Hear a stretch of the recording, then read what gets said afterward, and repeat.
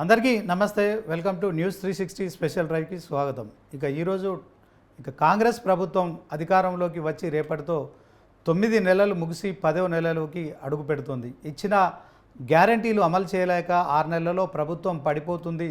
CM రేవంత్ను Congress సీనియర్లు కుర్చీ నుంచి దించేస్తారని, బీఆర్ఎస్ బీజేపీలు కలిసి కాంగ్రెస్ ప్రభుత్వాన్ని గద్దె దించుతాయని ఎన్నో ప్రచారాలు పొలిటికల్ సర్కిల్స్లో వినిపించాయి. అయితే టీపీసీసీ అధ్యక్షుడిగా కాంగ్రెస్ పార్టీని అధికారంలోకి తీసుకువచ్చేలా కృషి చేసి కాంగ్రెస్ పార్టీని సొంతంగా మెజార్టీ సీట్లు సాధించడంలో సఫలీకృతమై మ్యాజిక్ ఫిగర్ను కూడా అధిగమించడంలో కీలక భూమిక పోషించిన రేవంత్ తెలంగాణ మళ్ళీ సీఎంగా డిసెంబర్ 7న ప్రమాణ స్వీకారం చేశారు.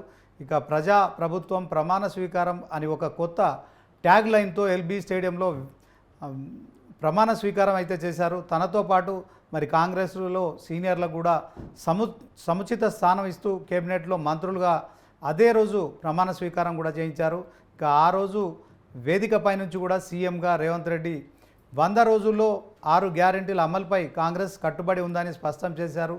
6 గ్యారెంటీల అమలులో మొదటి 2 గ్యారెంటీల అమలు ఫైల్పై కూడా సీఎంగా తొలి సంతకం చేశారు. మిగిలిన గ్యారెంటీలు ఎప్పుడు అమలు చేస్తారని విపక్షాలు ప్రశ్నిస్తున్న ప్రశ్నలకు ఎప్పటికప్పుడు సమాధానం చెప్తూనే 6 గ్యారెంటీలలో మిగిలినవి కూడా అమలు చేస్తూ 2024 లోక్సభ ఎన్నికల్లో గతంలో ఎన్నడూ లేని విధంగా కూడా 8 ఎంపీలను గెలిపించారు సీఎం రేవంత్. నెల రోజుల్లో ప్రభుత్వం పడిపోతుంది అని జరిగిన ప్రచారాన్ని తిప్పికొట్టారు. రైతు రుణమాఫీ లాంటి వాటిని కూడా అమలు చేస్తూ కాంగ్రెస్ సుస్థిర పాలన అందిస్తుంది అని నిరూపించారు సీఎం రేవంత్ రెడ్డి.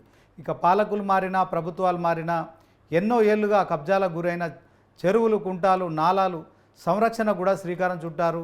హైదరాబాదులో ఆక్రమణలకు గురైన చెరువులు, కుంటల చేరాల్సిన నీరు నాలాల ద్వారా కబ్జాలకు గురై పోవడంతో రోడ్డుపై ప్రవహించడం కావచ్చు, వరద నీటిలో ప్రజాజీవనం అస్తవ్యస్తం అవుతున్న నేపథ్యంలో హైడ్రా లాంటి వ్యవస్థను కూడా ఏర్పాటు చేసి అక్రమార్కులకు సింహస్వప్నంలా మారారు. పార్టీ ఏదైనా, నాయకులు ఎవరైనా ఏ స్థాయిలో ఉన్నో సరే ఉపేక్షించేది లేదని కూడా సీఎం రేవంత్ రెడ్డి పదే పదే స్పష్టం చేస్తున్నారు. మంత్రులవి అయినా, కుటుంబ సభ్యులవైనా అక్రమం అని తేలితే కూల్చేస్తాం అని స్పష్టంగా సీఎం రేవంత్ రెడ్డి చెప్పడంతో రాజకీయ వర్గాల్లో ప్రకంపనలు సృష్టిస్తోంది. ప్రజల నుంచి మద్దతు కూడా పెరుగుతోంది. కాంగ్రెస్ ప్రభుత్వంపై పూర్తి స్థాయిలో ఇప్పుడు కొంత రైతులు కావచ్చు, ప్రజలు ఒక విశ్వాసం అయితే వ్యక్తం చేస్తున్నారు.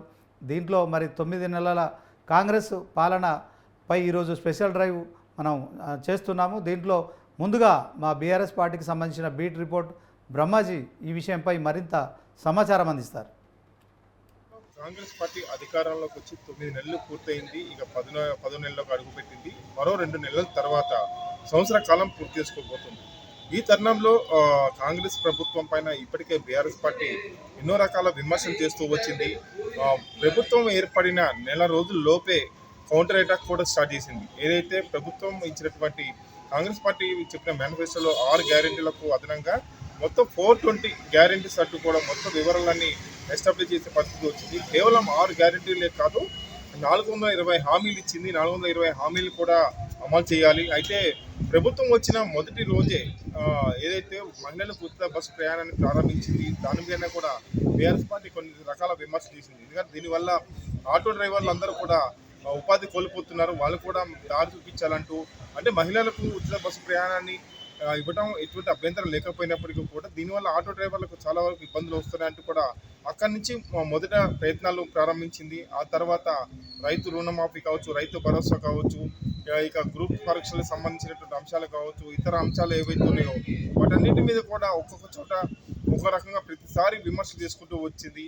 అయితే ప్రభుత్వం ఏర్పడిన నెల రోజుల లోపుగానే బీఆర్ఎస్ పార్టీ కాంగ్రెస్ ప్రభుత్వం మీద విమర్శలు చేయడం, ఇచ్చిన హామీలను అమలు చేయలేదంటూ కూడా విమర్శించడం జరిగింది. మొత్తం మీద 90 రోజుల్లో చేస్తామని, తర్వాత 100 రోజుల్లో చేస్తామని చెప్పుకుంటూ ఈ తర్వాత ఇన్ని నెలలు గడిచినప్పుడు కూడా హామీలను ఎక్కడ అమలు చేయలేదు కాంగ్రెస్ ప్రభుత్వం అంటూ విమర్శించారు. ఇప్పటికే కేసీఆర్ నుంచి, కేటీఆర్ నుంచి, హరీష్ రావు వీళ్ళందరూ కూడా ఏదైతే చేసినటువంటి విమర్శలు ఏవైతే ఉన్నాయో వాటన్నింటికి మిగతా నేతలందరూ కూడా తోడై వివిధ రకాలుగా కామెంట్స్ చేయడం జరిగింది. తర్వాత రాష్ట్రంలో శాంతి భద్రతలు క్షీణించిపోయాయి, ఎక్కడెక్కడ మహిళల మీద అఘాయిత్యాలు జరగడం, తర్వాత హైదరాబాద్ సిటీ వ్యాప్తంగా కూడా చాలా వరకు రెగ్యులర్గా మర్డర్లు జరుగుతూ ఉండడం రోజువారీ నెలవారీ కూడా ఏదైతే మర్డర్ సంఖ్య పెరుగుతూ ఉంది, శాంతి భద్రతలు పూర్తి స్థాయి క్షీణించాయి.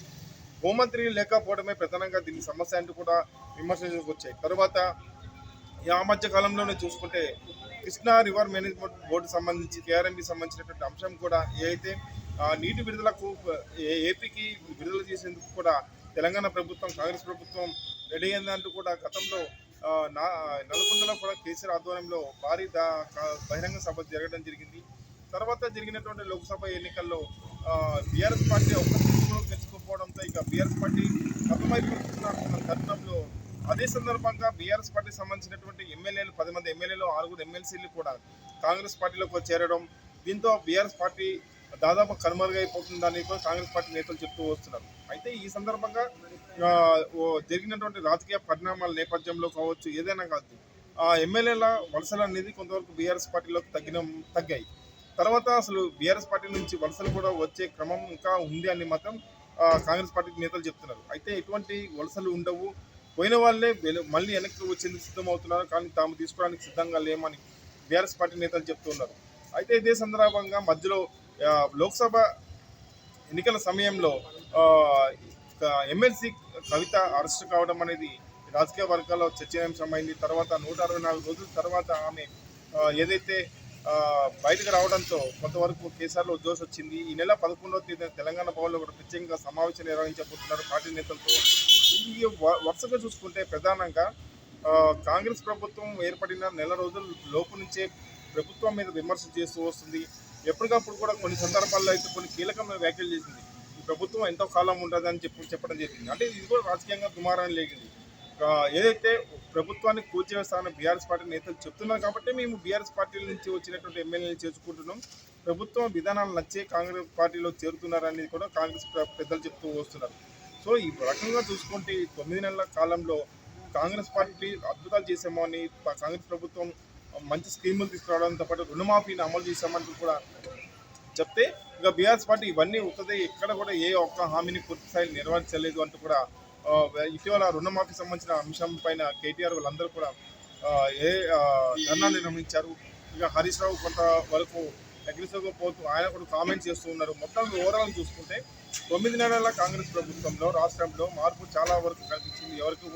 ఎవరికైనా స్వేచ్ఛగా మాట్లాడే హక్కు వచ్చింది, అధికారం వచ్చింది, రాజ్యాంగం కల్పించినట్టు దాని ప్రకారం అని వాళ్ళు చెప్తున్నారు. అటువంటి పరిస్థితి లేదు, మొత్తం దుర్మార్గమైన పాలన నడుస్తుందని బీఆర్ఎస్ పార్టీ. ఇక రానున్న రోజుల్లో మరో 2 నెలల తర్వాత అంటే 3 నెలల్లో సంవత్సరం కాలం పూర్తి చేసుకోబోతుంది.